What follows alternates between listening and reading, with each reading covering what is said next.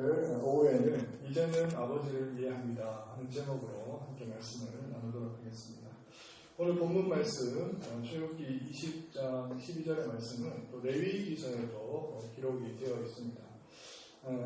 출애굽기에서는 부모 이렇게 해서 한문으로 기록을 했습니다만 원어에는 아버지, 어머니 이렇게 기록이 되어 있거든요. 레위기서를 보게 되면은 순서가 바뀌어져 있습니다. 그래서 아버지가 먼저가 아니라 레위기서에는 어머니, 아버지 이런 순서로 되어 있는데 오늘 이 말씀을 통해서 우리가 이제 아버지를 이해하는 그런 시간을 좀 갖도록 하겠습니다. 오늘 오전 말씀에 어떻게 보면 연장선상이라고 할 수 있겠습니다만 우리가 부모님을 공경하고 또 부모님 말씀을 순종할 수 있기 위해서는 먼저 아버지를 이해할 필요가 있습니다. 우리가 이제 아버지라는 이름으로 또 어머니라는 이름으로 살기 위해서는 먼저 앞서 가신 분일 수도 있고 아니면 지금도 함께 계시는 아버지일 수도 있겠습니다만 그분을 이해하는 과제가 그리고 숙제가 남아 있습니다. 오늘 오전 말씀을 드린 이후에 우리 335 우리 어르신들 모인 자리에서 누구랄 것도 할 것 없이 먼저 부모님에 대한 얘기들을 하시는 것을 제가 듣게 되었습니다.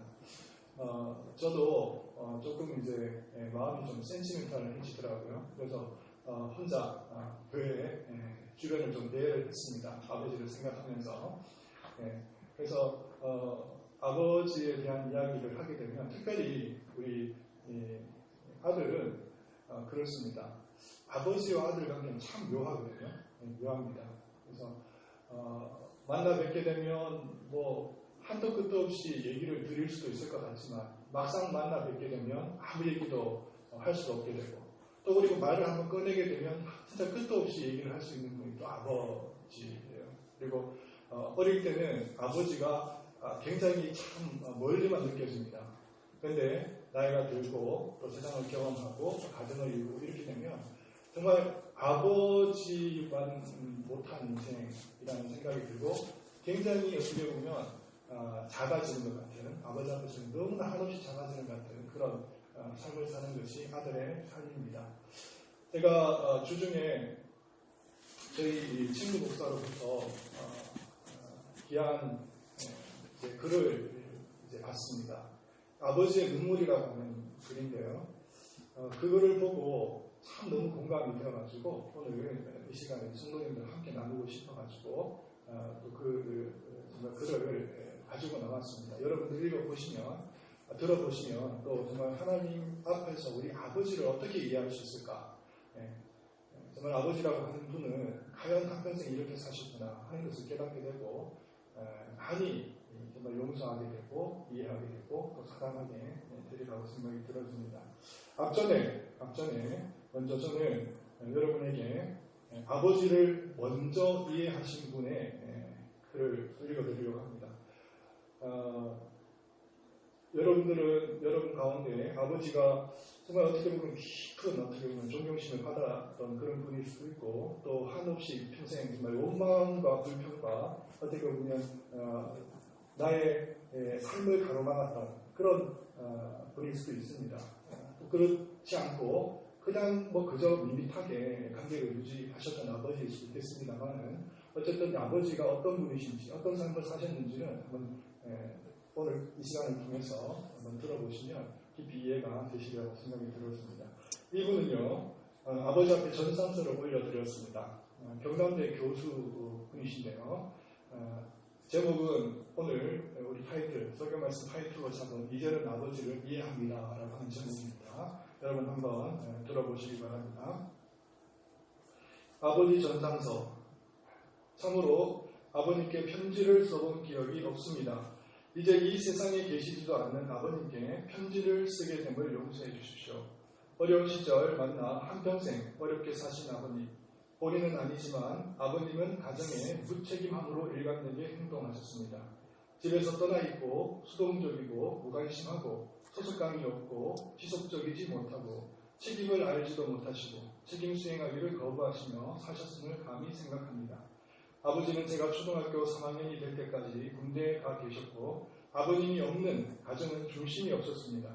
어쩔 수 없이 아버님이 가게를 책임져야 했음을 생각하면, 어머님이 가게를 책임져야 했음을 생각하면 아버님은 어머니께 좋은 남편도 되지 못하셨고 우리 가정을 지켜주지도 못하셨습니다.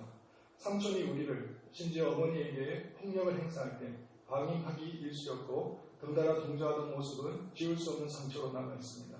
그 때문에 우리는 아버지 없이도 잘 살 수 있다는 생각으로 사실상 아버지 없는 가정처럼 살게 되었죠.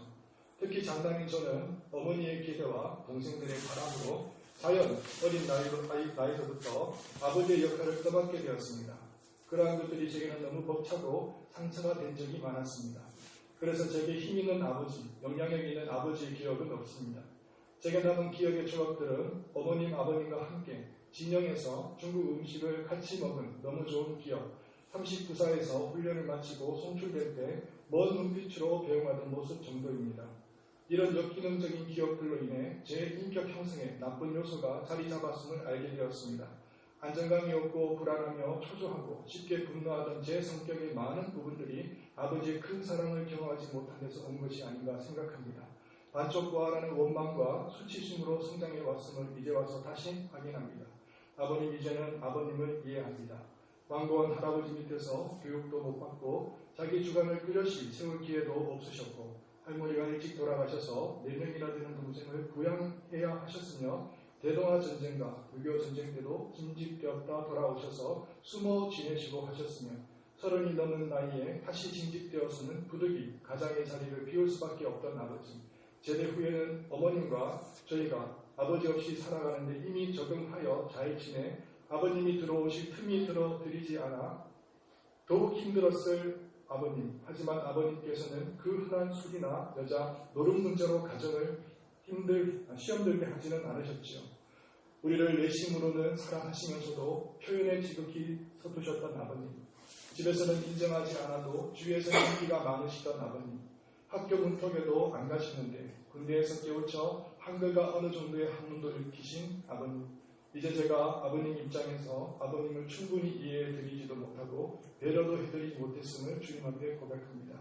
더 사랑할 수 있었는데 임종 직전에 더 잘해드리고 주님 영접하여 천국 가게 최선을 다했어야 하는데 아버님 집사람이 전한 복음을 듣고 예수님 믿고 고백하셨기에 이미 천국에 가 계실 것으로 기대합니다.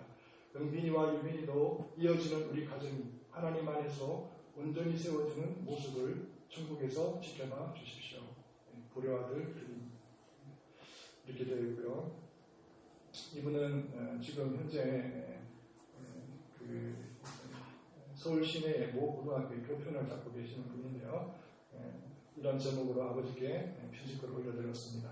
당신은 언제나 크고 든든한 산이었습니다. 부모님께 편지로 인사 올립니다. 아버지, 늘 곁에 계셨음에도 아버지를 거의 생각하지 않고 매일매일 현실의 바쁜 생활에 휩쓸려 생활하다 이렇게 문득 마련된 자리에서 아버지는 나의 인생에서 어떤 분이셨는가 생각하니 감회가 새롭습니다. 지금 이 글을 올리면서 처음 머리에 쓴 아버지라는 말이 사실 저에게는 매우 낯설게 느껴진다는 생각을 할 때 아버지와 저는 그동안 보이지 않는 적당한 거리를 유지하면서 지내오지 않았나 하는 생각이 듭니다. 유년 시절 다른 아이들이 많이 사용하고 부르던 아빠라는 약간은 애고 섞이고 다정다감한 느낌을 갖게 하는 그 호칭을 저는 아버지에게 단 한 번도 사용해 본 적이 없습니다. 그렇다고 아버지나 아버님 같은 약간의 격식을 갖춘 예의 바른 호칭도 사용한 기억이 선뜻 떠오르지 않습니다. 37회의 긴 세월 동안 저는 왜 아버지에게 대한 호칭을 거의 사용하지 않았을까요? 아마 그 시대 대부분의 아버지처럼 아버지 또한 엄하고 무서웠을 것입니다. 아버지와 많은 대화를 나눈 기억도 없고 아버지가 나를 무척 사랑하시는구나 하는 느낌을 받은 적도 별로 없습니다. 아버지는 가족보다 직장과 사회생활을 중요시 하시는 것 같았고 아버지와 저의 형제들이 함께 한 시간은 그리 많지 않았습니다. 그러나 제가 결혼을 하고 두 아이의 아빠가 되고 보니 아버지의 무거운 얼굴 뒤에 있는 더 깊은 사랑을 조금은 알 것 같습니다. 37년의 세월 동안 아버지는 저에게 단 한 번의 욕설도 하시지 않았습니다. 제가 두 아이를 키우면서 피곤하거나 지칠 때 수시로 아이들에게 폭언을 하는 것을 생각하면 아버지는 어떻게 다 참으실 수 있었을까 생각하곤 합니다. 아이들이 잘못했을 때 햇소리를 들고 사랑의 매라는 이름으로 혼을 내는데 아버지는 단 한 번도 그러지 않았습니다. 아버지의 직업이 군인이라는 것을 생각할 때 아버지에 대한 이런 기억은 저를 무척 당혹스럽게 하면서도 아버지를 새로 보게 합니다. 아버지는 비록 다정다감한 교양인처럼 사랑한다는 표현을 사용하시지 않고 생일날 선물 한번 사주시지 않았지만 아버지와 함께한 나날들이 어찌 보면 우리에게는 늘 선물이었고 사랑이었고 가식없는 진실이었습니다. 아버지는 늘 바위처럼 산처럼 당신의 자리를 지키시고 저희를 위해 버팀목이 되어주셨습니다. 그것은 사랑한다는 단순한 말보다 훨씬 크고 힘있는 사랑의 표현이었습니다. 문득 생각나는 아버지에 대한 추억은 있습니다. 고등학교 입학을 앞두고 처음으로 아버지는 저에게 휴먼 이강수의 소설 우정을 사주셨습니다. 직업군인으로 늘 무뚝뚝하고 엄하던 아버지였는데 참으로 충격적이었습니다. 아버지께 무엇을 기대하거나 바란다는 것은 불가능한 시절이었거든요. 제게는 군대 생활이 무척 힘들던 전방의 일병 시절 아버지는 아무 예고도 없이 저를 찾아오셨습니다. 그때 아버지는 군에서 전역하여 여러 가지 사업을 벌이다 모두 여의치 않아 어려운 시절이었죠. 그러나 군에서 고생하는 철없는 아들을 위해 먼 길을 홀로 달려오셨습니다. 그날 밤 요강에서 자며 도란도란 이야기를 나누던 아버지와 저의 모습은 오래된 사진처럼 제 기억 속에 남아 있습니다. 아버지는 힘드셨지만 저를 안심시키기 위해 몰락한 당신의 모습보다는 군에 있는 아들에게 용기를 줄 수 있는 많은 이야기를 해주셨습니다. 그러나 아버지의 그 새파랗지던 얼굴과 하얗고 빈약한 다리가 형광등 불빛 아래 드러났을 때 무척 마음이 아팠습니다. 다음날 아침 아버지는 지나치다 싶을 정도로 많은 용돈을 주머니에 찔러 넣어주시고 가셨습니다. 빈약한 노구를 흔들면서 멀어지다 문득문득 몇 번이고 고개를 돌리시고 손을 흔드셨던 아버지의 모습은 어린 시절 무뚝뚝하고 무섭던 아버지의 모습과 오그럭대며 예전의 아버지를 그리워하게 했습니다. 아버지, 저는 그 자리에서 아버지의 뒷모습을 보며 울지 않을 수 없었습니다. 아버지는 병사를 사랑하고 다른 사람들을 위해 참 많이 베푸신 분이었습니다. 병사들이 전역할 때는 꼭 집에 데리고 와서 밥을 먹이고 여비를 챙겨주었죠. 타산적이지도 이기적이지도 못하던 아버지, 늘 남에게 뭔가를 줘야 마음 편하던 아버지, 오늘도 고단한 삶의 여정을 계속하고 계시지만 아버지, 당신은 저에게 언제나 크고 높은 든든한 산이었습니다. 아버지 사랑합니다. 큰아들 이렇게 되어 있습니다. 제가 아버지를 이해하는 데 있어서 두 편의 편지를 읽어드렸는데 아버지를 이해한다는 것은 어떤 이론이 아닙니다. 우리 삶의 진정성이어야 되고 우리의 고백이어야 되고 우리 삶에서 우러나는 것이어야 되겠죠. 저도 아버지 앞에 한번 편지글을 올려드린 적이 있는데 그 편지글을 제가 이번에 말씀을 준비하면서 우연치 않게 제가 또 발견을 했습니다. 저도 F4용지 한 4장에 걸쳐서 직접 아버지에게 편지를 올렸더라고요. 저도 그 편지글을 읽으면서 저도 다시 한번 아버지를 또 생각하고 또 이해하는 그런 자리를 가졌는데요. 제가 앞전에 말씀드린 대로 제 친구 목사가 제게 보내준 글입니다. 아버지의 눈물이라고 하는 글인데 아버지는 어떤 분이신가? 아버지는 한번 기담 한번 들어보시기 바랍니다. 아버지는 이런 분이십니다. 아버지는 기분이 좋을 때 헛기침을 하고 겁이 날 때 너털 웃음을 놓는 사람이다. 아버지는 자기가 기대한 만큼 아들, 딸의 학교 성적이 좋지 않을 때 겉으로는 괜찮아지만 속으로는 몹시 화를 내시는 분이시다. 아버지의 마음은 먹칠을 한 유리로 되어 있다. 그래서 잘 깨지기도 하지만 속은 잘 보이지 않는다. 아버지란 울장수가 없기에 슬픈 사람이다. 아버지가 아침 식탁에서 성급하게 일어나서 나가는 장소는 그곳은 직장이라 불린다. 즐거운 일만 기다리고 있는 곳은 아니다. 아버지는 머리가 색달리 용과 싸우러 나간다. 그것은 피로와 끝없는 일과 직장 상사에게서 받는 스트레스다. 아버지는 내가 아버지 노릇을 제대로 하고 있나, 내가 정말 아버지다운가 하는 사책을 날마다 하는 사람이다. 아버지란 자식을 결혼시킬 때에 한없이 울면서도 얼굴에는 웃음을 나타내는 사람이다. 아들, 딸이 늦게 돌아올 때에 어머니는 10번 걱정하는 말을 하지만 아버지는 10번 현관을 쳐다본다. 아버지의 최고의 자랑은 자식들이 남의 칭찬을 받을 때이다. 아버지는 늘 자식들에게 그럴듯한 교훈을 하면서도 실제 자신이 모범을 보이지 못하기 때문에 이 점에 있어서는 미안하게 생각하고 남모르는 컴플렉스도 가지고 있다. 아버지는 이중적인 태도를 곧잘 취한다. 그 이유는 아들딸들이 나를 닮아 주었으면 하고 생각하면서도 나를 닮지 않아 주었으면 하는 생각을 동시에 하기 때문이다.